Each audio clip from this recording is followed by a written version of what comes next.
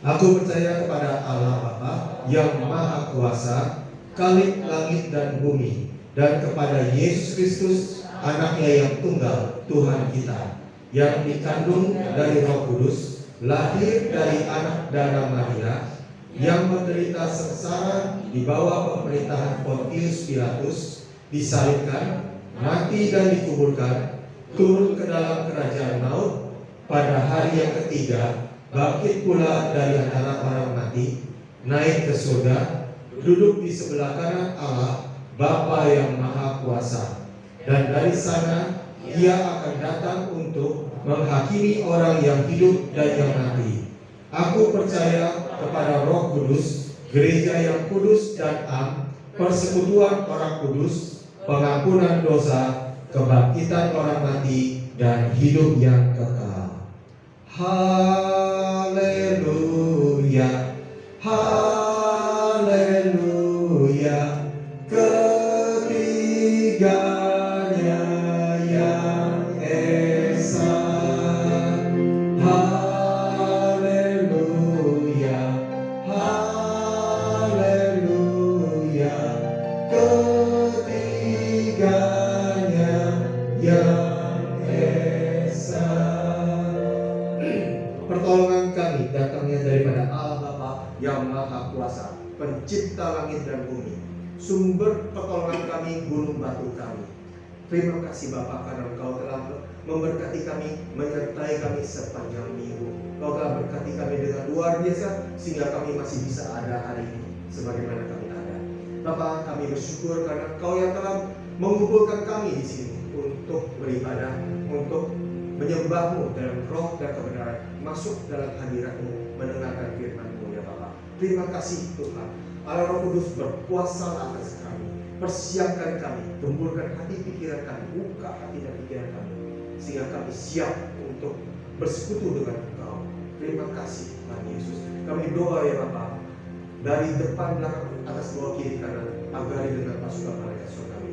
Urapi dengan urapan-Mu yang dahsyat, sehingga kami semua menyembah-Mu dalam roh dan kebenaran. Semua penghalang rintangan kami ikat, kuasa patahkan, hancurkan dengan kuasa darah Yesus. Hanya Engkau yang berkuasa di dalam keuangan kami ya Bapa. Bapa, berkati jalannya ibadah dari awal pertengahan hingga akhir, mulai dari pemimpin ujian, backup singer, pemusik, bahkan juga pembicara kami Pak Budi. Tuhan urapi dan urapannya dahsyat, sehingga hanya Engkau yang dimuliakan lewat ibadah kami. Terima kasih Tuhan. Di dalam nama Tuhan Yesus, dalam satu nama yang Maha Kuasa, nama Tuhan Yesus Kristus, kami habiskan ibadah kami dalam nama Tuhan Yesus. Amin. Haleluya. Mari dengan tulus hati kita naikkan pujian ini. Bersyukurlah kasih-Nya, kasih-Nya yang tak pernah berkesudahan bagi kita semua. Terima kasih Tuhan. Terima kasih. Katakan pujiannya bersama-sama.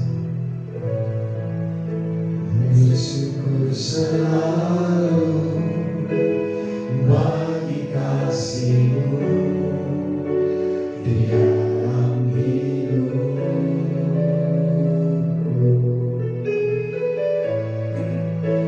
Katakan ku ragu atas rencana-Mu untuk masa depan.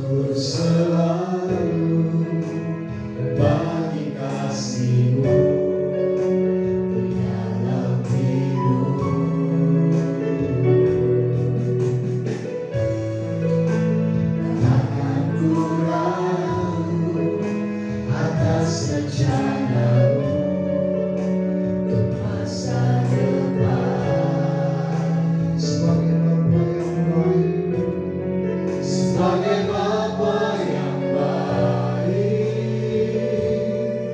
Takkan pernah kau melupakanku sebagai Bapa yang sangat baik.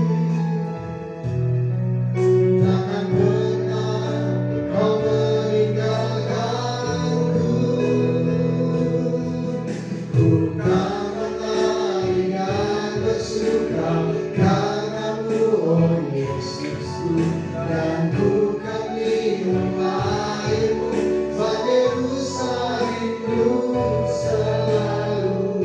Ku hidup dalammu dan hidupku di dalammu, oh Yesus, ku kan menari. Bukan menari dan bersuka karenamu, oh Yesusku, dan ku kan minum airmu bagai rusa rindu selalu. Ku hidup dalammu dan hidupku di dalammu, oh Yesusku. Kau sangat ku cinta. Ucapkan kata-kata itu kembali.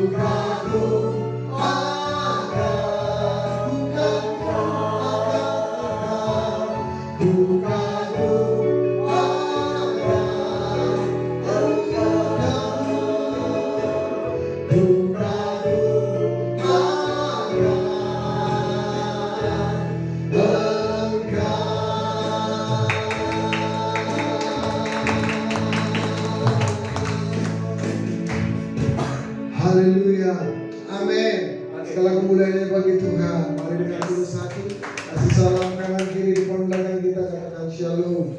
Haleluya. Serukan namanya. Tuhanku Maha Besar. Tuhanku Maha Besar.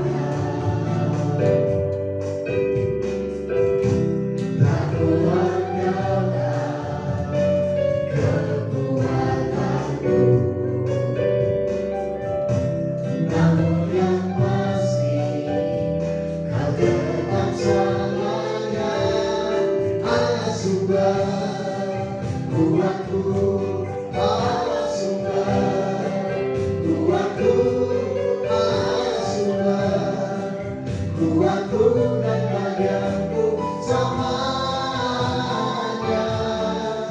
selamanya. Haleluya, Allah sumber kuatku.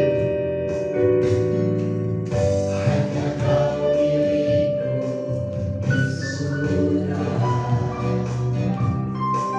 tiada yang memiliki di bumi, hanya Kau. Tak kuandalkan kekuatanku, namun yang pasti Kau tetap selamanya Allah sumber, kuatku Allah sumber, kuatku Allah sumber, kuatku dan bagianku selamanya. Allah sumber, kuatku Allah sumber, kuatku Allah sumber, kuatku dan bagianku selamanya, selamanya. Kembali naikkan pujian dari awal, katakan hanya Kau milikku di surga, hanya Kau milikku di surga, tiada yang memiliki di bumi, tiada yang memiliki di bumi, hanya Kau, hanya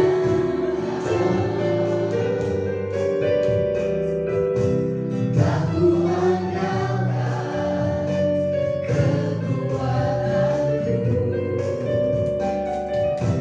namun yang pasti Kau tetap selamanya Allah sumber, kuatku Allah sumber, kuatku Allah sumber, kuatku dan bagianku selamanya. Allah sumber, jemaat Tuhan. Allah sumber, kuatku. Amin. Allah sumber, haleluya. Kuatku Allah sumber, kuatku dan bagianku. Sama-sama katakan Allah sumber, kuatku Allah sumber, kuatku Allah sumber, kuatku dan bagianku selamanya, selamanya, selamanya,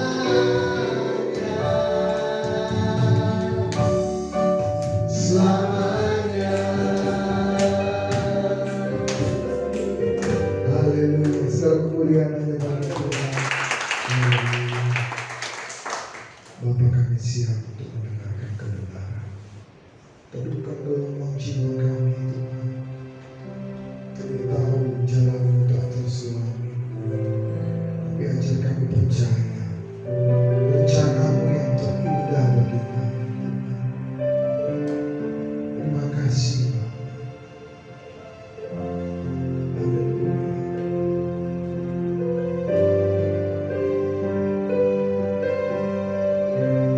Jalan-Mu tak terselami, oleh setiap hati kami. Namun satu hal ku percaya, ada rencana yang indah, tiada terduga kasih-Mu, heran dan besar bagiku. Hati kehadiran-Mu selalu nyata di dalam hidupku.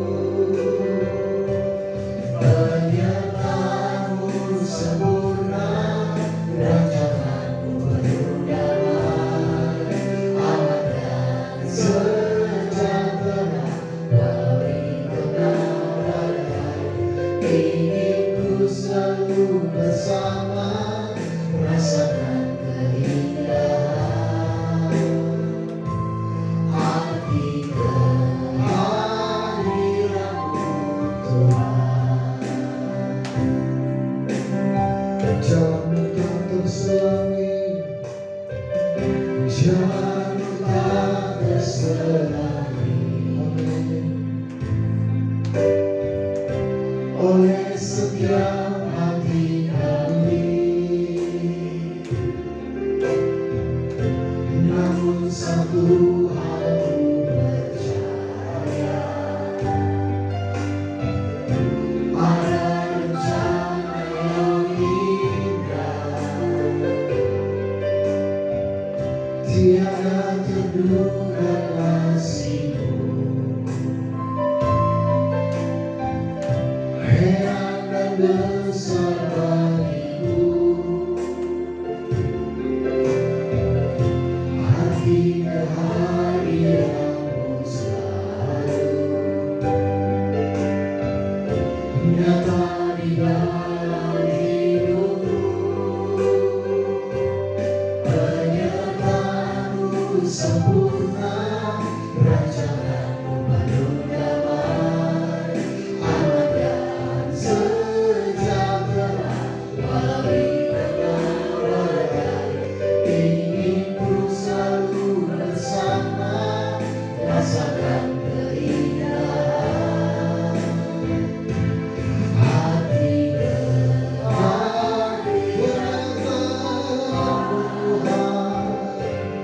penyertaan-Mu sempurna, rancangan-Mu penuh damai, aman dan sejahtera, melalui tengah badai. Ingin ku selalu bersama, rasakan keindahan hati Mari kita bangkitkan diri. Penyertaan-Mu sempurna, rancangan-Mu penuh damai, aman dan sejahtera, melalui tengah badai. Ingin ku selalu bersama, rasakan keindahan hati kehadiran-Mu Tuhan, hati kehadiran-Mu Tuhan, hati kehadiran-Mu Tuhan. Terima kasih Bapa di surga, kami bersyukur kami ada di tempat ini Tuhan. Kau yang mendidik dan mengajar kami melalui kebenaran firman-Mu. Bapa di surga, Engkau berbicara di setiap hati kami, supaya kami tidak pulang dengan sia-sia Tuhan, tetapi kami mendapatkan pencerahan dan kerinduan Tuhan untuk hidup menjadi semakin benar di hadapan Tuhan.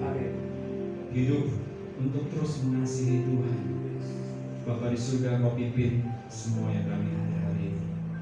Kiranya Roh Kudus Kau bekerja dan menyertai dalam setiap ibadah kami ini Tuhan. Hanya di dalam nama Tuhan Yesus kami mengucap syukur. Haleluya. Amin. Silakan duduk saudara.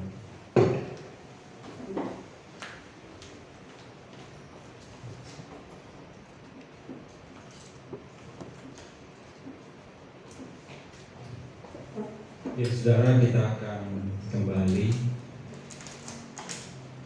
melanjutkan apa yang pernah saya sampaikan beberapa bulan lalu, ya, yaitu spirit of life atau hasrat dan gairah hidup sebagai orang Kristen. Nah, kali ini kita akan berbicara mengenai menghayati kehadiran Allah, ya, menghayati kehadiran Allah. Nah, saudaraku yang terkasih, di gambar ini ada seorang wanita yang berusia 14 tahun, ya, kira-kira dia seorang pemudi. Dia ada di sebuah kota New York, ya, dan hidup di dalam kota yang metropolitan, ya, kota yang sangat ramai, sangat maju pada zamannya. Dan dia adalah seorang Kristen, ya. Dia mempertanyakan apakah Allah itu ada, saudara. ya tentu karena dia seorang Kristen, dia pasti percaya Allah itu ada. Ya, dia sebagai anak yang lahir dari keluarga orang Kristen, dia percaya bahwa di dunia ini ada Allah. Tapi apakah dia percaya Allah itu nyata? Ya, ini sebuah pergumulan yang dia lakukan, yang dia alami, yang dia jalani di dalam kehidupannya setiap hari, saudara. Jadi di dalam kesibukannya di kota yang besar, ya, yang maju, yang hiruk pikuk dengan segala aktivitas dan kegiatannya, dia mempertanyakan apakah Allah itu nyata. Nah, saudaraku yang terkasih, di dalam Ibrani pasal 11 ayat 6, ya, firman Tuhan berkata, tetapi tanpa iman tidak mungkin orang berkenan kepada Allah. Sebab barang siapa berpaling kepada Allah, ia harus percaya bahwa Allah ada dan bahwa Allah memberi upah kepada orang-orang yang sungguh mengasihi Dia. Saudaraku yang terkasih, Ibrani ini berkata bahwa tidak mungkin kita bisa berkenan kepada Allah kalau kita tidak beriman atau percaya kepada Dia. Ya, percaya kepada Allah, ya, bukan cuma sekedar kita mempercayai bahwa Allah itu ada, tetapi Allah memberi upah kepada orang-orang yang sungguh-sungguh mencari Dia. Ya, jadi kalau kita percaya kepada Allah, tentu Alkitab berkata bahwa iblis pun percaya. Ya, bahkan iblis gemetar. Ya. Namun orang yang sungguh-sungguh mencari Tuhan, maka Tuhan akan berkenan kepadanya. Ya, tidak mungkin iblis sungguh-sungguh mencari Tuhan. Kalau iblis sungguh-sungguh mencari Tuhan, mungkin dia bukan seorang iblis, tapi dia seorang malaikat dan anak Tuhan. Ya, tetapi iblis percaya loh bahwa Allah itu ada. Iblis percaya loh bahwa Allah itu nyata. Ya. Sebab itu saudaraku, banyak sekali kita sebagai orang yang percaya kepada Tuhan, tetapi tidak gampang kita sungguh-sungguh mencari Tuhan. Ya. Jadi sesuatu yang tidak sulit untuk percaya kepada Allah, tetapi tidak mudah supaya kita bisa menghayati kehadiran Tuhan. Nah, banyak orang yang hidup di dalam keberagamaan, saudaraku, pasti mempercayai Allah itu ada. Ya, di dalam setiap kehidupan agamawinya, orang pasti memiliki keyakinan akan apa yang dipercayai. Tidak mungkin dia mau beribadah, ya, tidak mungkin dia memiliki keyakinan kalau dia tidak mempercayai akan Allah. Begitu juga mungkin kita, saudara, sebagai orang Kristen, kita mungkin akan menolak kalau kita tidak percaya Allah. Kita percaya kepada Allah, kita percaya akan adanya Allah. Oleh sebab itu, Bapak Ibu, saudara, anak muda, datang di tempat ini. Ya, kita beraktivitas, kita berkumpul karena kita percaya kepada Allah. Namun saudaraku, tidak mudah untuk menghayati Allah itu ada. Ya, tidak mudah untuk membawa hidup kita, ya, di dalam keseharian, di dalam waktu-waktu yang kita lalui, untuk kita bisa sungguh-sungguh menghayati kehadiran Tuhan. Ya, kenyataannya saudaraku, banyak orang yang percaya kepada Allah atau tidak percaya atau setengah percaya misalnya. Ya, orang akan berbeda berperilaku ketika dia meninggalkan tempat ini, tempat ibadah. Ya, kalau di tempat ini tentu kita setuju bahwa kita mempercayai Allah. Tetapi kalau kita sudah keluar dari tempat ini, kalau kita sudah masuk di hari esok, kalau kita sudah mulai beraktivitas setiap hari, pagi-pagi kita sudah mulai bangun, bekerja, kuliah, atau ibu rumah tangga sudah mulai mempersiapkan mengurusi rumah tangganya? Apakah kita masih menghayati ada Allah? Atau Allah hanya sekedar sebuah kegiatan yang kita jalani seperti sekarang, saudara? Nah, banyak orang, ya tentu di sekitar kita pasti beragama, tetapi beragama di dalam status, ya, di dalam hidup setiap hari kita tidak menemukan ada orang yang sungguh-sungguh bertuhan. Dari sekian banyak orang yang kita jumpai, berapa banyak orang yang bertuhan? Ya, artinya orang yang menghayati Tuhan itu ada, dan Tuhan itu hidup, dan orang itu berusaha untuk hidup dan menjaga segala tindak tanduknya, karena dia percaya bahwa bukan hanya Allah ada, tetapi Allah nyata. Ya, kita ada di bangsa yang religius, ya saudara ya. Bahkan di dalam dasar negara kita mempercayai ketuhanan yang Maha Esa. Tetapi pertanyaannya, apakah bangsa kita bangsa yang bertuhan? Ya, orang bisa mengatasnamakan Tuhan atau Allah untuk melakukan intimidasi, untuk menganiaya orang. Bahkan ada ajaran yang mengajarkan membunuh orang yang tidak seiman. Itu disebut dengan sebuah tindakan membela Tuhan. Ya, orang-orang yang mau berkorban, ya, bahkan memberi nyawanya demi apa yang dipercayainya. Ya, dia melakukan bom bunuh diri misalnya. Dia bisa berkata bahwa apa yang dilakukannya ini karena nama Tuhan. Bertolak belakang, saudara ya. Tragis. Ya, sesuatu yang disebut religius justru melukai, ya, justru menghancurkan, menganiaya, ya, bahkan membuat banyak orang menderita. Apakah ini yang disebut dengan orang beragama atau orang bertuhan?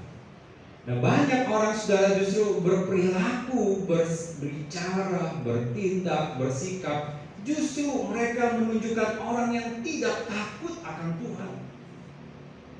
Ya, kalau kita ada di tempat ini, tentu kita akan menjaga sikap, ya, menjaga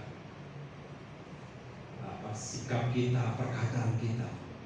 Tapi pertanyaannya, kalau sudah lewat hari ini, apakah kita juga masih mau belajar untuk menjaga sikap, menjaga perilaku kita?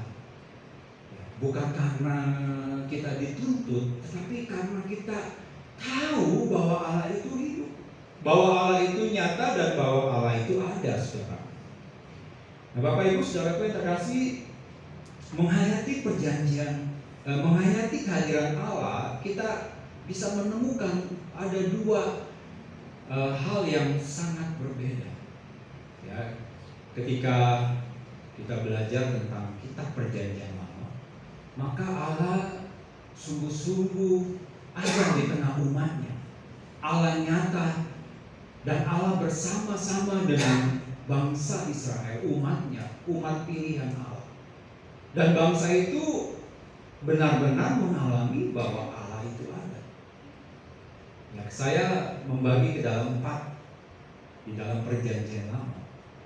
Yaitu pertama lewat hukum, ya, lewat mukjizat, lewat berkat, dan lewat janji-janji. Tetapi keempat hal ini, saudaraku, ternyata kualitasnya sangat rendah. Ya, artinya orang atau bangsa Israel yang mengalami kehadiran Tuhan, ya, ternyata temporari atau sementara.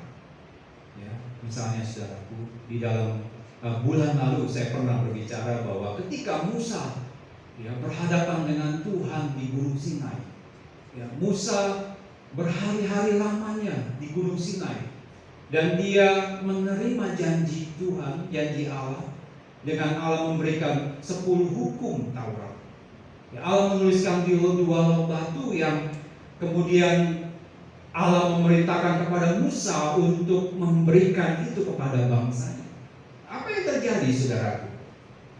Ketika Musa ada di atas, justru bangsa Israel sedang melakukan apa? Dia mengumpulkan emas-emas, dia meleburkan dan membuat patung lembu emas. Lalu mereka menyembah. Ketika Tuhan mau memberikan hukum, justru bangsa ini sedang menyimpang dari apa yang telah mereka percaya sebelumnya.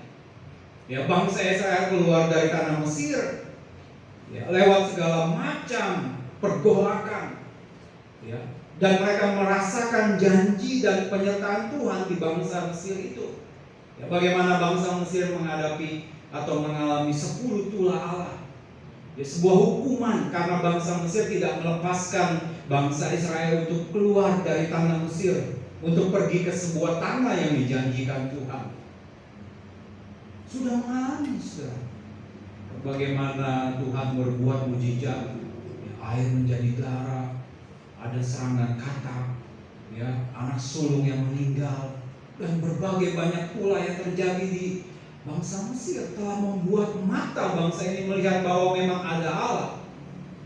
Tetapi ketika mereka keluar dan Musa sedang berhadapan dengan Allah yang mau memberi hukum, justru bangsa ini menodai apa yang telah mereka alami dan mereka percayai lewat mujizat. Bangsa ini lewat berbagai macam peristiwa mukjizat yang luar biasa, ya, laut terbelah menjadi dua dan bangsa ini bisa berjalan di tengah-tengah ketika mereka dikejar-kejar oleh bangsa Mesir. Mukjizat yang besar, saudaraku, laut bisa terbelah dan mereka bisa menginjak tanah di dalam laut itu tanpa sedikit pun mereka harus tenggelam. Ya, laut itu menjadi terbelah dan mereka bisa berjalan. Ya, ketika bangsa Israel melewati padang pasir, padang gurun yang begitu panas, Tuhan memberikan apa? Tiang awan.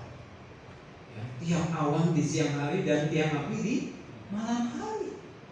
Bayangin loh, saudara, bangsa ini berjalan dan dia melihat ada awan yang begitu dekat di atas kepalanya untuk melindungi mereka dari panas teriknya, ya, matahari di padang gurun, dan menghangatkan ketika di malam hari.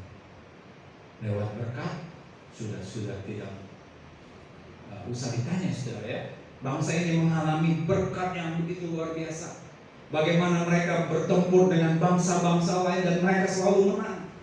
Ya, bagaimana mereka bisa memperoleh makan mana setiap pagi yang Allah siapkan. Luar biasa. Dan lewat janji-janji, ya, mereka diberikan tanah Kanaan sebagai tanah perjanjian itu. Tetapi semuanya itu justru, saudara, membuat mereka berpaling dari Allah. Ya, mereka tidak menghormati Tuhan. Mereka tidak lagi berpikir bahwa Allah itu nyata, senyata-nyatanya dari apa yang telah mereka alami. Buktinya apa, saudara? Bangsa ini terkenal dengan bangsa yang tegak tengkuk, bangsa yang bebal, bangsa yang tidak pernah mau dengar firman Tuhan. Bahkan nabi-nabi yang diutus Tuhan dibunuh oleh bangsanya sendiri. Termasuk Kristus Yesus yang datang kemudian yang terakhir, mereka juga salibkan karena mereka menganggap bahwa ini orang sebagai pengacau. Saudaraku yang terkasih, tetapi berbeda sesuatu hal yang terjadi di dalam perjanjian baru, yaitu ketika kita hidup di dalam perjanjian ini, saudaraku, termasuk kita. Bagaimana Allah memberikan Injil yang merupakan salinan dari kisah hidup Kristus dan murid-muridnya. Ya, kalau saudara baca di dalam Injil, tentu saudara bisa menemukan, ya, bagaimana Kristus hidup, Kristus berbicara, Kristus mengalami perjumpaan dengan orang-orang.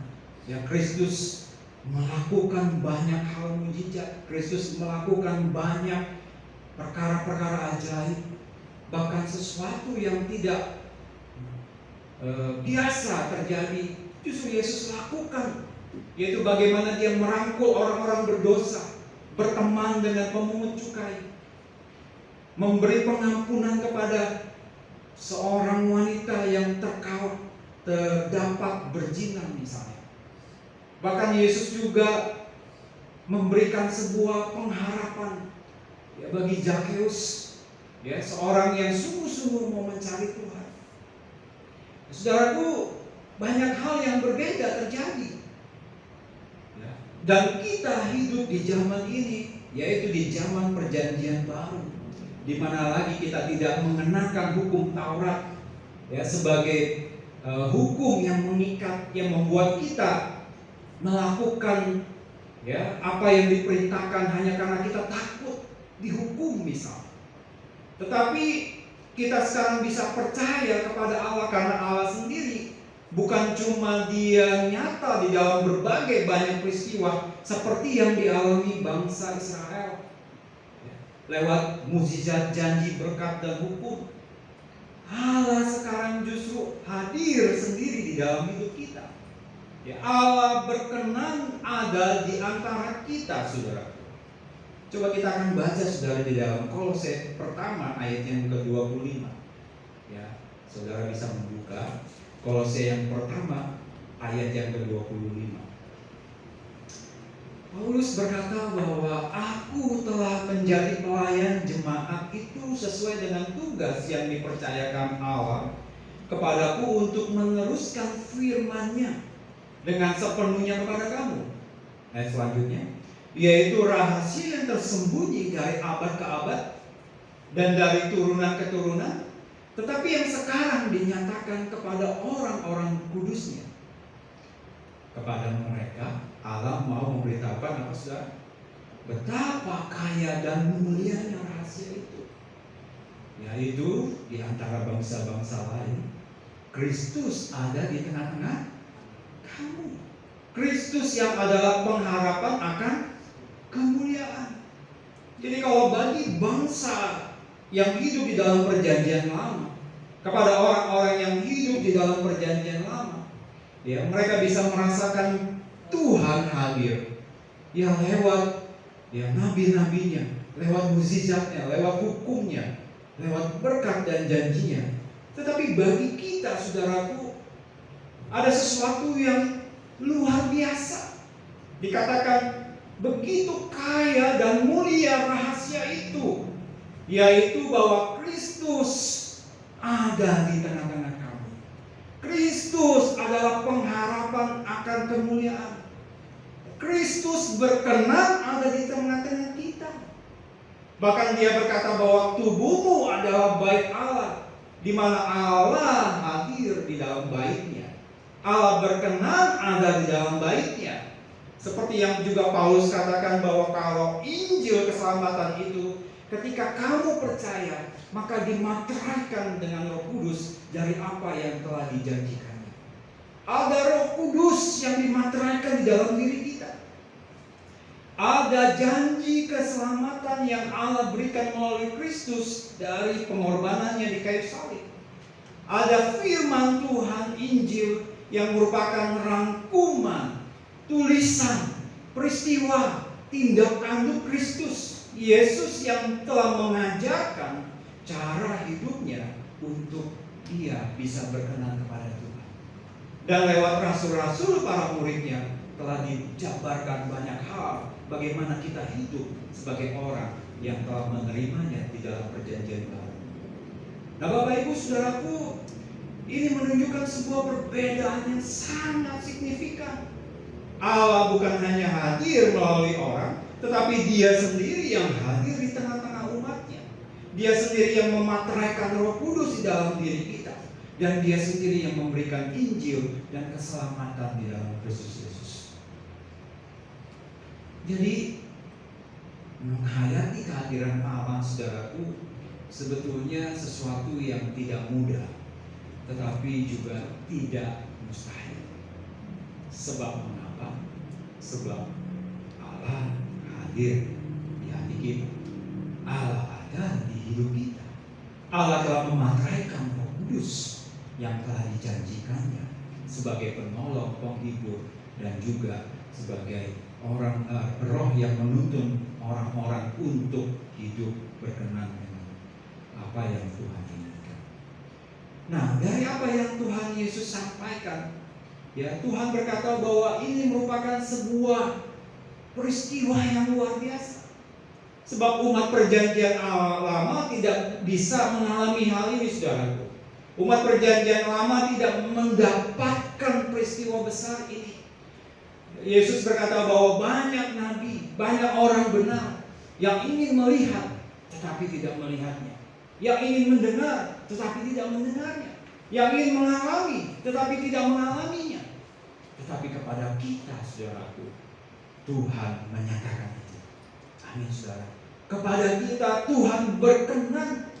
Bukan cuma Dia menunjukkan perintahnya, firman-Nya, berkata, tetapi Dia berkenan ada di dalam hidup kita. Saudara, jadi kalau demikian kita mesti mengerti, ya, ketika kita sekarang menjadi orang Kristen, kita sekarang ada di dalam Tuhan, kita mesti tahu bahwa Allah itu benar-benar nyata, bahwa Tuhan itu benar-benar hidup. Dia bukan Allah orang mati, tetapi Dia Allah orang hidup. Dia hidup di tengah kita. Sebab itu, ya, sebagai orang percaya, kita mesti tahu dengan siapa kita bergaul. Maka itu yang akan mempengaruhi hidup kita. Itu yang akan membentuk diri kita. Itu yang akan membuat kita, ya, berpikir bahwa apakah yang menjadi, ya, sebuah kendaraan yang mendrive hidup kita. Ya. Ketika kita meyakini Tuhan ada, Tuhan hidup, Tuhan nyata, ya, maka sesungguhnya, saudaraku, Tuhan bukan cuma nyata di dalam kehidupan kita, tetapi Dia juga mau membentuk kita. Ya, di situ dikatakan, saudara, apa? Bahwa di dalam firman Amsal 13 ayat 20 dikatakan apa? Siapa yang bergaul dengan orang bijak akan menjadi bijak. Tetapi siapa yang berteman dengan orang bebal bukan cuma menjadi bebal, tetapi menjadi bebal. Ya. Kalau seseorang menghayati kehadiran Tuhan di dalam hidupnya, ya, seseorang ada di dalam situasi di mana dia percaya bukan cuma Allah itu ada, karena Allah yang menciptakan kita dari seluruh alam semesta, tetapi Allah yang nyata dan hidup, ya, Allah yang ada di setiap kehidupan kita. Maka kita mulai melakukan tindakan, ya. Kita bergaul kepada siapa, kita berkumpul kepada siapa, kita berfellowship kepada siapa, kita berkomunitas kepada siapa. Sebab dengan siapa yang orang itu bergaul, maka itu akan membentuk dirinya sendiri. Ya. Mazmur 25 ayat 14 dikatakan, Tuhan bergaul karib dengan orang yang takut akan Dia, dan perjanjiannya diberitahukan kepada mereka. Seperti yang Yesus katakan di dalam Matius 13 ayat pertama, kepadamu diberi kuasa, karunia kuasa untuk mengetahui rahasia kerajaan surga. Mazmur 119 ayat 9 sampai 10, dengan apakah seorang mudah mempertahankan kelakuannya bersih? Tentu dengan menjaganya sesuai dengan firman-Mu. Dengan segenap hatiku aku akan mencari Engkau. Janganlah biarkan aku menyimpang dari perintah-perintah. Nah, Bapak Ibu Saudaraku yang terkasih, kita harus menentukan mulai sekarang, ya, ketika kita menghayati kehadiran Allah, kita percaya ada Allah, bukan cuma Allah ada, tetapi Dia nyata. Maka tunjukkan percayamu, ya, tunjukkan keyakinanmu, ya, bukan cuma sekedar engkau percaya ada pribadi yang menciptakan kita, yaitu Allah yang hidup, Allah yang semesta alam, yang kepadanya Tuhan telah memberikan kepada kita. Tetapi kita harus meyakini bahwa Allah itu nyata loh, bahwa Allah itu benar-benar real loh, bahwa Allah itu benar-benar hidup.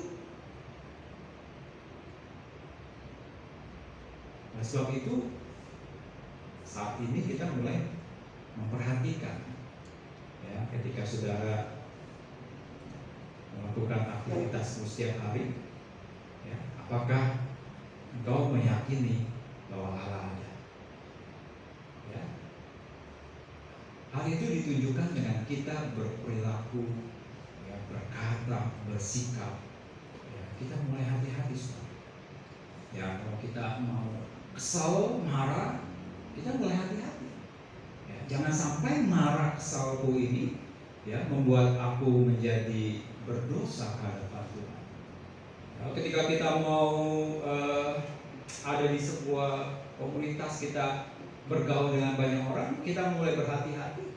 Jangan sampai kita justru terbawa, ya, kepada orang, gaya hidup orang yang tidak mengenal Tuhan. Ya. Orang yang menghayati kehadiran Tuhan, maka dia mulai mengoreksi dirinya, saudara.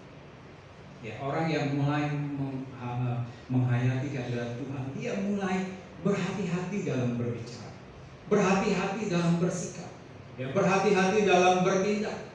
Ya, jangan sampai apapun yang dilakukannya justru dia ternyata dan nyata, ya, melukai hati Tuhan, tidak menyenangkan Tuhan dengan segala perilaku kita.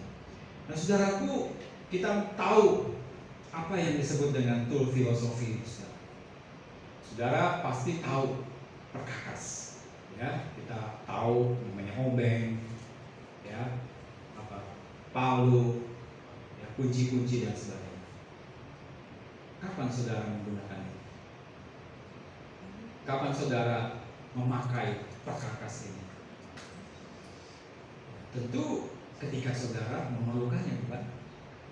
Ya, Anda misalnya contoh ketika kita mau memanjang figura ini, kan nggak mungkin tiba-tiba dia bisa tergantung. Kita perlu mengambil palu, ya, untuk memantek. Kalau misalnya dindingnya cukup keras, mungkin kita perlu bor untuk membor. Ya. Lalu kalau sudah selesai, apa yang kamu gunakan dengan perkakas saudara? Kamu simpan, kamu taruh, ya, kamu taruh.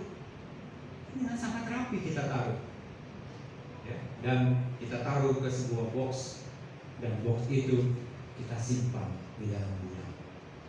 Nah, saudaraku, jangan sampai kita memperlakukan Tuhan seperti itu. Ketika saudara di dalam kesulitan, saudara memerlukan pertolongan, saudara menginginkan, ya, jawaban atas pergumulanmu, baru kita mencari tools itu, mencari Tuhan, mencari ayat-ayat yang mungkin bisa menguatkan, mencari khotbah-khotbah yang mungkin bisa menghibur, ya, mencari komunitas-komunitas yang mungkin bisa di mana saya ada dan saya mendapatkan solve problemnya. Permasalahan kita dipecahkan, dibereskan. Lalu setelah saudara memperoleh itu, apa yang saudara lakukan? Saudara memperlakukan seperti tools dan menaruhnya kembali ke dalam box, ke dalam kotak, dan menyimpannya. Bapak Ibu saudaraku, jangan kita memperlakukan Tuhan seperti tools, seperti alat-alat perkakas itu, ya. Jadi terkesan kita membutuhkan Tuhan kalau kita sedang perlu, menginginkan Tuhan kalau kita sedang bermasalah, ya. Mau bergaul karib dengan Tuhan karena ada pergumulan hidup yang sedang kita alami, lalu kita mulai bergaul dengan Tuhan. Saudara, jangan sampai kita mengenakan tools filosofi di dalam iman kita kepada Tuhan. Ibrani pasal 11 ayat 6 tadi mengatakan, kamu harus sungguh-sungguh mencari Dia. Kita harus memiliki hasrat, ya, keinginan yang sungguh-sungguh kita mau mencari Tuhan. Ya, bukan cuma kita mencari dalam setiap aktivitas rohani, tetapi juga di dalam hubungan pribadi, dalam waktu demi waktu. Jangan sampai kita Ya, firman Tuhan berkata, ya carilah Tuhan ya selama dia mau ditemui. Nanti kalau kita sudah Tuhan tidak mau menemui kita, wah udah gawat ya saudara ya. Kalau Tuhan sudah tidak mau menemui kita, aduh, itu alamat kita mau dipanggil Tuhan saudara. Jangan sampai ya ada waktu yang baik ya di mana saudara masih sehat, masih prima, saudara masih memiliki kekuatan, daya ya untuk bisa sungguh-sungguh mencari Tuhan, tetapi saudara tidak mau mencari Tuhan. Ya, saudara mengabaikan itu dengan berbagai macam alasan, kesibukan lah, ya terburu-burunya lah, ya ada kegiatan ini itulah yang membuat saudara ya melupakan Tuhan dan kita menjadikan dia seperti tools yang kita butuhkan kalau kita mau pakai. Ya. Kita harus menemukan Tuhan dan kita mau ya memberikan waktu yang terbaik bagi dia. Kapan waktu terbaik saudara? Kapan waktu terbaik kita? Ya tentu setiap kita tidak sama. Ya, ada orang yang bisa bangun pagi, ya, jauh lebih pagi, ya, berjam-jam lebih pagi sebelum dia berangkat kerja misalnya. Ya itu mungkin waktu terbaik dia. Tetapi ada orang yang mungkin punya waktu di malam hari. Sisihkan waktu yang terbaik dengan Tuhan. Amin saudara. Ya, sisihkan hidup waktumu. Ya, jangan semuanya kita habiskan hanya untuk keinginan kita. Nah, saudaraku yang terkasih, kita harus memahami bahwa di dalam hidup kita ada kecenderungan berbuat dosa. Ada kecenderungan untuk bersalah. Ada kecenderungan untuk memuaskan nafsu daging kita. Ada kecenderungan untuk kita berdosa di hadapan Tuhan. Ini yang disebut dengan refleks dosa. Gampang saja. Ya, kalau saudara keadaan kita lagi baik-baik, mungkin kita bisa tersenyum, ya kita bisa saling tawa dengan Tuhan. Tapi kalau ada perkataan yang sudah mulai menyinggung kita, nah, kita mulai refleks. Ya, kita mulai refleks, kita mulai mau apa saudara? Biasanya kalau orang yang menyinggung kita mau lawan, kita mau ajar, betul? Kita mau balas. Kalau ada orang-orang yang sengaja nyindir kita, menyinggung kita, nah itu refleks. Ya, kalau kita ya dalam hidup setiap hari ya keadaan yang tidak menyenangkan ya di dalam perjalanan kita ada masalah, lalu di kantor juga kita ada aja masalah, belum lagi di rumah tangga, mumet. Ya, refleks kita sepertinya kita mau marah-marah, benar nggak saudara? Refleks kita sebenarnya kita mau meluapkan emosi kita. Ya, jangan-jangan ada orang yang nggak tahu apa-apa begitu dia ada di sekitar kita, dia sudah ada di dekat kita, kita nggak sengaja, dia nggak sengaja berbuat dengan kita, menyinggung kita, dia jadi samsaknya kita. Benar? Kita marah-marah sama dia. Nah itu yang kita juga alami sekarang. Seringkali refleks dosa ini membuat ya kita melupakan penghayatan bahwa Allah itu ada, Allah itu nyata, Allah itu hadir. Ya, sepertinya ya kita menjadikan Tuhan itu perkakas yang telah kita simpan di dalam tus. Ya banyak sekali kita memiliki ya perilaku dan tindakan yang tidak menghargai Tuhan. Dan ini sungguh yang kita lakukan setiap hari. Hari kita di jalan seperti Pak Jeki minggu lalu cerita kalau di Slobot itu, waduh itu tinggal dininya itu tinggal di suhu berapa gitu saya. Kalau di atas 100 sudah meledak deh. Nah, kita sering kali ya, tergoda dengan refleks dosa itu. Ya, Paulus berkata bahwa apa yang ingin dia lakukan baik, justru yang dia lakukan tidak baik. Ada kecenderungannya untuk berbuat dosa. Dan ini yang menjadi hambatan kita untuk menghayati kehadiran Tuhan. Nah, saudaraku, ketika kita belajar untuk menghayati kehadiran Tuhan, ketika kita belajar untuk ya sedikit demi sedikit berpikir bahwa Tuhan itu nyata. Ketika kita mulai memasukkan Dia di dalam setiap aspek kehidupan kita, ketika kita mau mulai berjalan yang mengenakan Kristus yang ada di tengah-tengah kita, yang sesungguhnya Dia ada di sekitar kita, bahkan di hati kita, dan kita mau berdialog dengan Dia setiap waktu, maka orang-orang yang menghayati kehadiran Tuhan pasti dia memiliki keyakinan bahwa bukan cuma Tuhan mengerti permasalahannya, tetapi Tuhan juga memelihara hidupnya. Amin, saudara.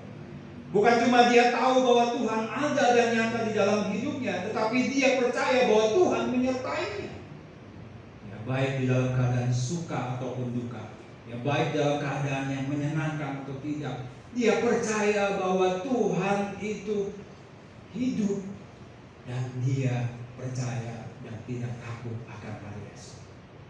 Orang-orang yang percaya kepada Tuhan, orang-orang yang menghayati kehadiran Tuhan, maka dia tidak akan memiliki kecemasan dan ketakutan, karena dia yakin ada Allah di dalam hidupnya.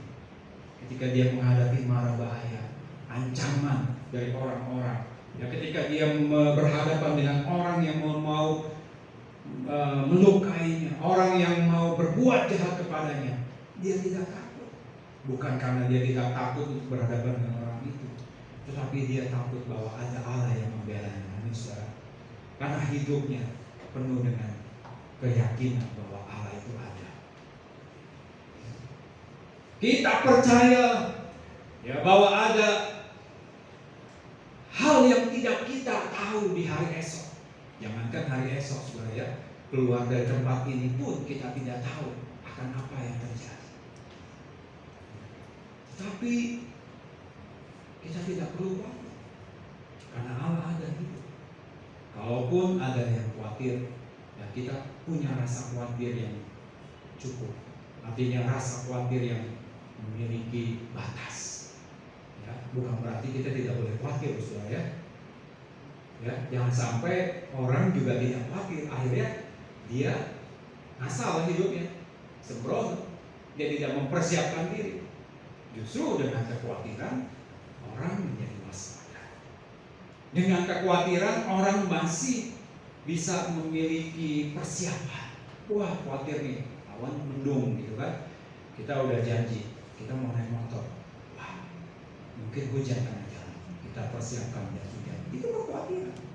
Tetapi kekhawatiran dengan standar yang cukup, tidak berlebihan.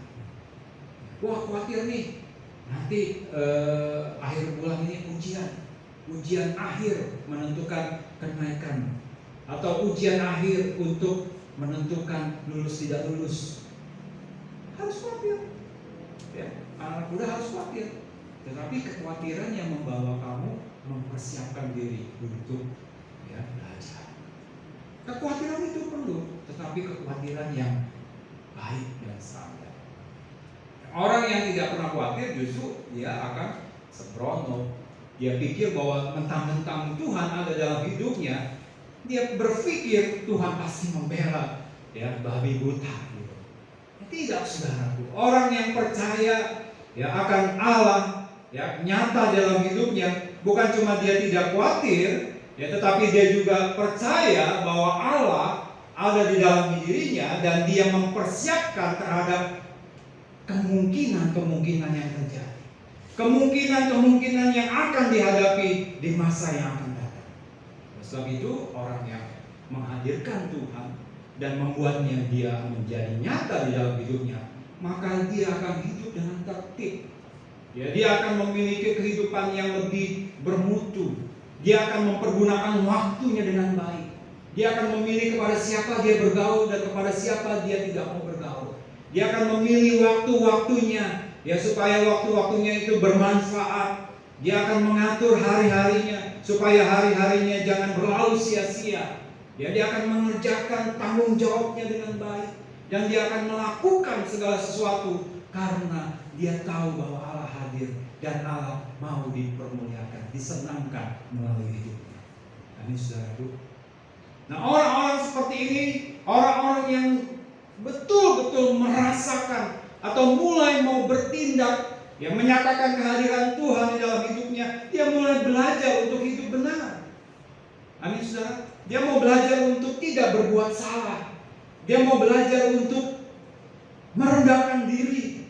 Kalau dia ditegur, kalau dia dikritik, kalau dia dinasehati. Artinya dia mulai menjaga hidupnya untuk supaya dia memiliki kesucian di hadapan Tuhan. Karena dia tahu Allah adalah Allah yang kudus, Allah yang tidak bisa kompromis dengan dosa, maka dia memilih untuk tidak berbuat dosa supaya dia bisa menyenangkan Tuhan. Karena Tuhan ada dalam hatinya, Tuhan ada dalam hidupnya. Terhadap dosa-dosa yang tersembunyi sekalipun, dia takut untuk melakukan. Walaupun orang tidak melihat. Karena apa saudara? Dia tahu bahwa Allah itu ada di dalam hidupnya. Jadi orang ini akan berusaha ya, untuk hidup lebih bersih, untuk tidak berani berbuat dosa. Ya, tentu manusia bisa salah. Tentu saudara dan saya juga pasti pernah berbuat dosa, pernah berbuat salah. Tetapi berbeda dengan orang yang mau bertobat, belajar untuk tidak berbuat salah, atau orang yang memang dia ada dan hidup di dalam dosa. Itu berbeda, saudara. Kita semua bisa berbuat salah. Kita bisa salah dalam berkata, kita bisa salah dalam bersikap, kita bisa salah dalam bertindak. Tetapi orang yang merasakan, menghayati kehadiran Tuhan, dia akan mulai belajar untuk tidak berbuat dosa, untuk tidak berbuat salah, untuk mau bertobat, untuk mau berubah. Nah, selanjutnya orang yang menghayati kehadiran Tuhan, saudaraku, orang yang yakin bahwa dirinya adalah bait Allah, maka dia mulai berani untuk berkorban bagi pekerjaan Tuhan, ya, berkorban dan mau mendukung pekerjaan Tuhan dimanapun bentuknya apapun. Ya. Kalau saudara ada di tempat ini, ayo mari kita belajar untuk berkorban. Berkorban bukan cuma hanya materi, tetapi juga berkorban dari saudara mau mendukung dan memperlancar misalnya seluruh kegiatan di tempat ini. Ya, saudara mau terlibat dalam melayani, saudara mau terlibat untuk memberi, walaupun ya mungkin sifatnya tidak terlalu nyata. Dengan apa? Saudara bisa mendoakan, saudara bisa mendukung, ya, saudara berdoa bagi pimpinan tempat ini, gembala tempat ini, saudara berdoa bagi setiap pelayanan setiap minggu supaya Tuhan berkenan hadir dan Tuhan menyertai setiap pekerjaan Tuhan di tempat ini. Amin, saudara. Dan yang terakhir, saudaraku, orang yang mau bersekutu dengan Tuhan, orang yang mau menghadirkan Tuhan dalam hidupnya, pasti dia merindukan bersekutu dengan Tuhan. Ya, dia tidak lagi ya merasa bahwa dia merasa cukup dengan dirinya. Karena apa? Karena dia yakin bahwa Allah ada dan Allah hidup.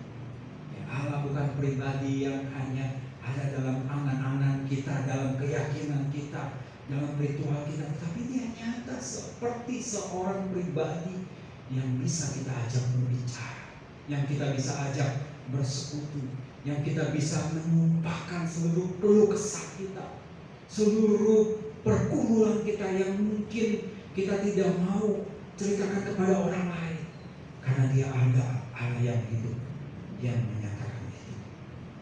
Nah, Bapak Ibu Saudaraku, wanita yang saya ceritakan ini adalah Annie Sherwood House. Ya, dia lahir tahun 1835 di sebuah kota yang disebut dengan Hoosick, New York. Ya, kota yang sangat maju walaupun di tahun 1800-an. Ya, kota yang sudah mengalami revolusi industri yang membuat kota itu terus berkembang dan semakin maju dalam hiruk pikuknya. Nah, dia, saudaraku, merupakan seorang pemudi yang lahir dari keluarga Kristen yang telah saya sampaikan tadi. Dan di usianya yang ke-14 tahun, dia mempertanyakan apakah Allah nyata. Ketika dia berusia 37 tahun, saudaraku, ya, ketika dia sudah berkeluarga dan dia memiliki 3 orang anak, dia menikah dengan suami yang pertama dengan Charles House. Nah, pada usia itu kira-kira di tahun 1872 dia menulis sebuah lagu, ya, menulis syair yang mengatakan setiap jam ku ingin kau Tuhan. Dia tidak tahu kenapa dia bisa menulis itu, ya. Dia menulis lirik lagu setiap jam ku perlu kau Tuhan, karena dia merindukan Tuhan nyata dalam hidupnya. Ketika dia menulis dan lagu itu dinyanyikan di sebuah acara gereja, ternyata lagu itu sangat memberkati saudara. Banyak orang kembali kepada Tuhan, banyak orang mulai mengingat Tuhan, banyak orang mulai mencari Tuhan, bahwa benar Tuhan dibutuhkan setiap jam. 16 tahun kemudian saudara, ketika ini Sirwat ini menikah dengan Charles House, tapi 16 tahun kemudian ternyata suaminya meninggal. Ya, meninggal di masa usia yang tidak terlalu tua. Dan ketika peristiwa itu terjadi, membuat dia sangat terpukul, saudara, membuat dia sangat down, karena sepertinya kok Tuhan mengambil suaminya pada waktu usianya juga belum terlalu tua. Aini memutuskan untuk tidak mau bergereja. Dia berpikir bahwa Tuhan itu tidak ada. Kalau Tuhan ada, kenapa Tuhan mengambil suaminya? Kalau Tuhan ada, kenapa Tuhan membuat kesulitan di dalam hidupnya? Dan apa yang terjadi, saudaraku, ketika dia menghadiri terakhir kali ibadah di gereja, lagu yang pernah ditulisnya ketika dia usia 14 tahun itu diputar kembali dengan berkata, setiap jam ku butuh kau Tuhan. Lagu itu ternyata sudah Tuhan persiapkan untuk dia dengar di saat itu, di saat dia kehilangan suaminya yang merupakan tulang punggung dari keluarganya. Dulu dia tidak mengerti kenapa dia menulis lagu itu, setiap jam ku perlu kau Tuhan. Sekarang dia mengerti, ternyata hanya Tuhan yang dia butuhkan. Walaupun suaminya meninggal, dia tetap berkata, ku butuh kau Tuhan. Amin, saudara. Dan lagu ini telah membuat ini Hope merasakan Allah itu nyata, Allah itu hidup, Allah itu hadir. Dia tidak mengerti kenapa dahulu sejak ketika dia muda dia menulis lagu itu, tetapi dia baru tahu puluhan tahun kemudian ketika Tuhan memanggil suaminya.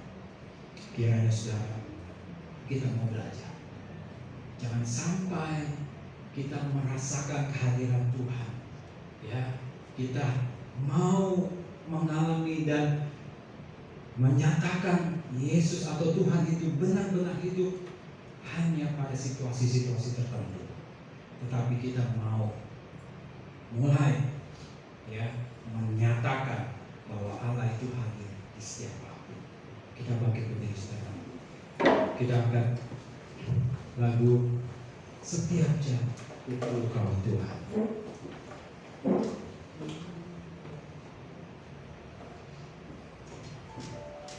Lagu ini adalah lagu himne, ya, yang ditulis tahun 1837. Tetapi sampai hari ini lagu ini masih memberkati kita semua.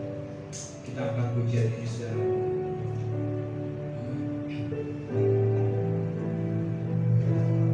Tuhan tiap jam ku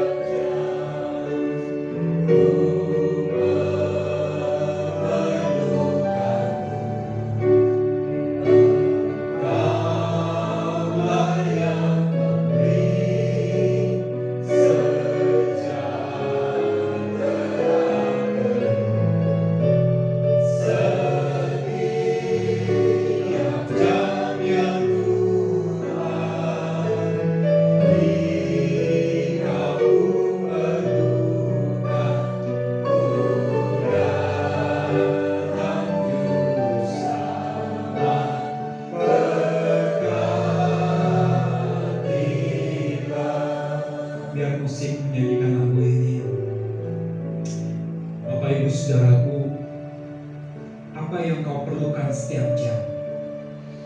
Apakah kau sedang bergumul tentang kehidupanmu? Apakah jam-jammu adalah jam-jam bagaimana kau membutuhkan uang? Kau membutuhkan perhatian, kau membutuhkan pertolongan. Engkau melupakan Tuhan seperti kita memperlakukan perkakas. Yang kita butuhkan bukan Tuhan, yang kita inginkan bukan Dia. Kita sibuk dengan hidup kita, kita sibuk dengan angan-angan kita, kita sibuk dengan seluruh hasrat dan keinginan kita, tetapi kita tidak pernah memerlukan Tuhan. Saudaraku yang terkasih, walaupun kau tidak memerlukan Tuhan, Dia tetap ada, Dia tetap nyata, Dia ada di hatimu, Dia tidak jauh, tetapi Dia mau engkau mulai bersekutu dengannya, engkau mulai berbicara kepadanya, engkau mulai memperlakukannya seperti pribadi yang hidup, yang bukan hanya kita yakini di dalam pikiran kita, tetapi di dalam hidup kita setiap hari. Adakah saudara mau memutuskan mulai hari ini, ya Tuhan, aku mau setiap jam memerlukan, bahkan bukan hanya jam, tetapi menit dan detik hidupku, aku membutuhkan Engkau, karena aku yakin Engkau ada dan nyata. Saudara mau sungguh-sungguh nyanyikan lagu ini sebagai pengakuan kita di hati. Haleluya. Ya Tuhan, ya Tuhan, tiap jam ku memerlukanmu. Kaulah yang memberi sejahtera setiap jam. Saya serahkan kepada hati.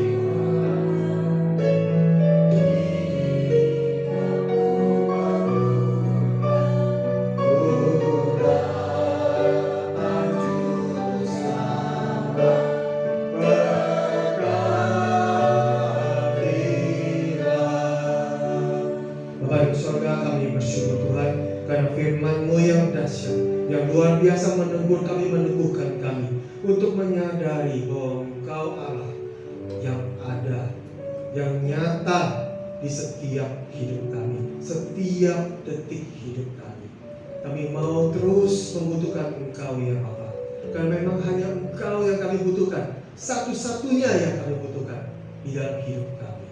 Terima kasih Roh Kudus, berbicara terus dalam hati dan pikiran kami, agar kami semakin mengerti akan Engkau, semakin menyerupai Engkau ya Yesus.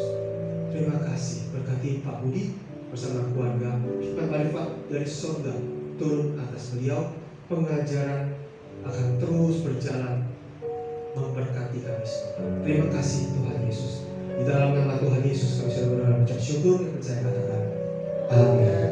Silakan dulu saudaraku. Ada sedikit pengumuman. Minggu depan kita dilayani oleh Bapak Pendeta Muda Ilan Binowo. Waktu sama jam 11 ya, di sini juga masih. Kemudian kita juga ada rekening untuk persembahan ya, ibu bisa dicatat. Juga ada amplop bisa diberikan dalam bentuk cash, nanti dimasukkan di kotak yang di belakang. Oke. Kita sebelum itu kita akan berdoa, kita tundukkan hati. Bapak dan Saudara, kami bersyukur Tuhan karena Kau telah memimpin ibadah kami dari awal pertengahan hingga akhir. Kami sebentar lagi hendak memberikan persembahan bagi kemuliaan nama-Mu ya Bapak, untuk memperluas pekerjaan di tempat ini. Biarlah kami senantiasa ikut memberikan sedikit daripada persembahan ini ikut ambil bagian di dalam pekerjaan Tuhan di tempat ini ya Bapak. Berkati tangan-tangan yang sudah memberi, menurut kasih karunia-Mu yang berlimpah-limpah Kau berkati mereka ya Bapak. Juga yang belum bisa memberi, Tuhan yang memberkati juga dengan luar biasa, sehingga mereka juga menjadi berkelimpahan dan bisa ikut serta di dalam melakukan pelayanan di tempat ini.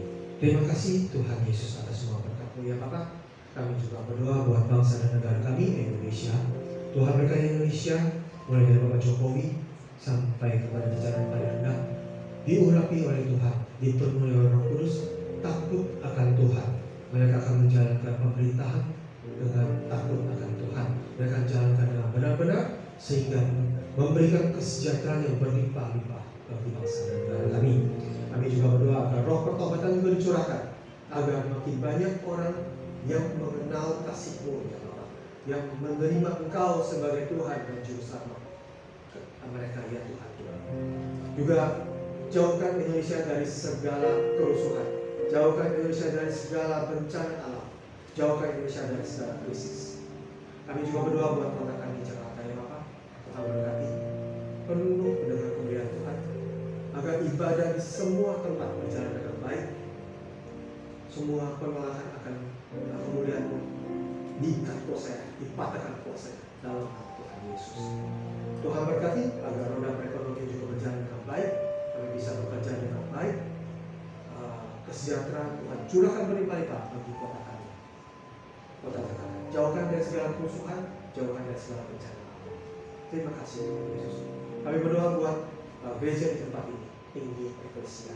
Mulai dari Bapak Gembala kami, Bapak Layanin bersama dengan Ibu Julia dan anak-anak dalam perlindungan Tuhan yang sempurna.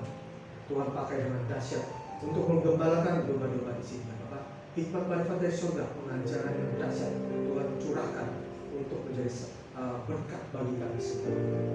Kami bisa bertumbuh dan semakin hari semakin banyak. Berkati juga Pak Budi dan Bu Vivi bersama dengan anak-anak.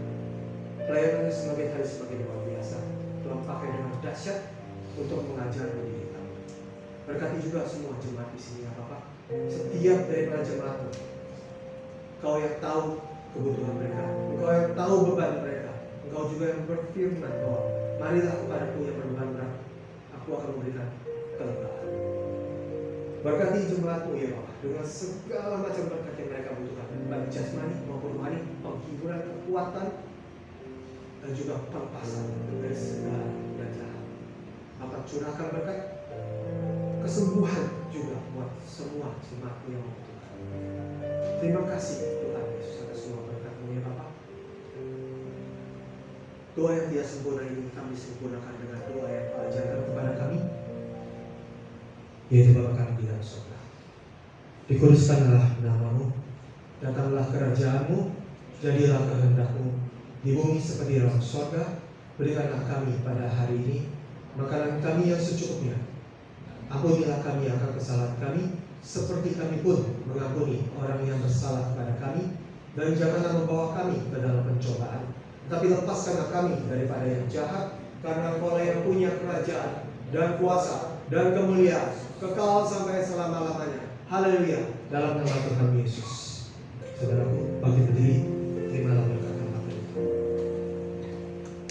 Yebarevka Adonai Veish Mereka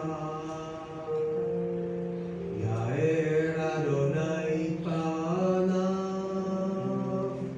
Elecha Vihun Lecha Isa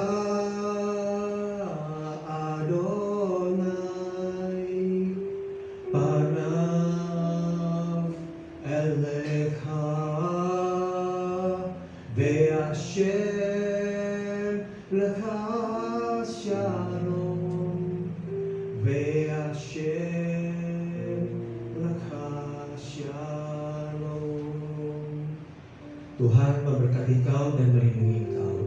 Tuhan menyinari kau dengan wajah-Nya dan memberi kau kasih karunia-Nya. Tuhan menghadapkan wajah-Nya kepadamu dan memberi kau damai sejahteranya, shalomnya. Terimalah berkat rahmat daripada Allah Bapa di surga, cinta kasih dari Tuhan kita Yesus Kristus, dan persekutuan yang intim daripada Roh Kudus menyertai saudara dan saya mulai dari saat ini sampai Maranatha Tuhan Yesus datang kedua kali menjemput saudara dan saya masuk ke dalam kemuliaan-Nya. Dalam nama Tuhan Yesus yang percaya katakan amin. Terima kasih Yesusku, terima kasih Yesusku, puji syukur hanya bagi Tuhanku. Terima kasih Yesusku, terima kasih Yesusku, puji syukur hanya bagi Tuhanku. Amin, amin, amin.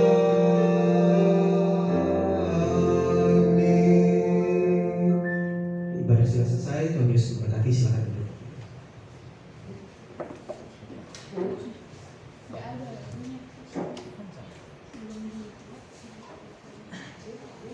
Nggak ada.